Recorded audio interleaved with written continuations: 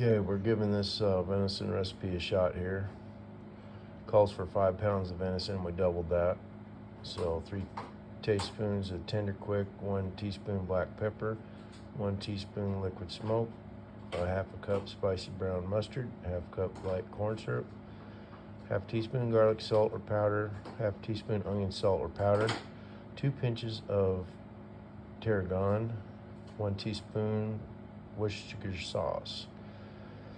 Cut venison into fairly thick slices, mix remaining ingredients, lay strips of venison on broiler pans, coat with sauce, salt and pepper to taste, flip, coat with sauce, pepper and salt again. To taste, bake approximately 6 hours at 150 degrees, flip and continue to bake another 4 hours. Allow it to cool, then place in covered containers or plastic bags. Flavor will peak in a day or two. So I've never done that where you've cooked it. I've just done the food dehydrator. So got 10 pounds, mixed all the ingredients here in a bowl. So we got our black pepper, is the tenderizer, mustard, liquid smoke, garlic powder, some light guave, onion powder, Worcestershire, crushed red pepper, and Danos.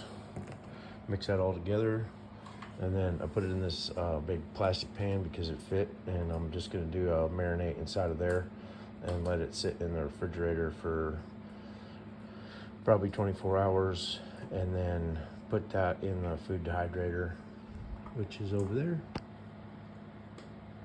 Put it on those racks and then see how it comes out. This container here is really awesome because it has a covered lid. So I'm going to use it. Normally I will put all my jerky into 1 gallon Ziploc bags, but I've had a problem with them leaking in the past, so this is going to be my new technique I'm going to try. All right, into the fridge. So it's good to have a shop fridge to be able to do things in. There's our meat just raring to go. We got a couple deer hearts in a bag that are ready for another meal later. And here's the critter that donated the portions for the jerky. And I took the meat off of the hams on this side for the jerky meat, and then on the other deer I took it off of both sides. So off of that deer there and that deer there, that made 10 pounds. Time for the next step. The jerky is marinated. Got our trays out. Need a little bit of cleaning, but I always like to start with one of these fruit roll trays first to keep stuff from dripping down and getting all over the blower unit. So we're gonna start loading these up. All right, I got my trays full of 10 pounds of venison that I've been marinating. And this first tray just has one of those plastic deals in it for the leather, no meat on it because it does not dry well on the bottom side. And so I got 1, 2, 3, 4, 5, 6, 7, 8 trays, and it's always nice to have some extra trays. So I'm gonna go ahead and throw that on the dryer and wait for, I don't know, 4 or 5 hours and then check it. All right, I had this set at 165 for about 4 hours. I checked it, and then it had some thicker pieces weren't quite done yet, so I turned it down to 95 and let it go for another couple hours.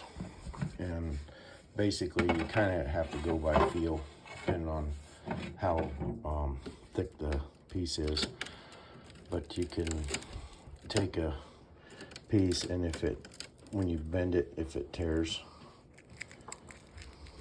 then that's generally done. If you go too far, it'll turn into a hockey puck.